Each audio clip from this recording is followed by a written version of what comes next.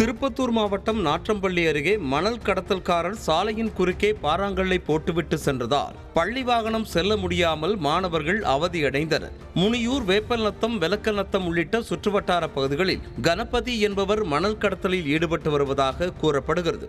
இந்த நிலையில் முனியூர் கிராமத்தில் மண் அள்ளிய கணபதியை அப்பகுதியினர் எச்சரித்ததாக கூறப்படும் நிலையில் ஆத்திரமடைந்த அவர் சாலையில் பாறாங்கல்லை போட்டுவிட்டு மிரட்டி சென்றிருக்கிறார்.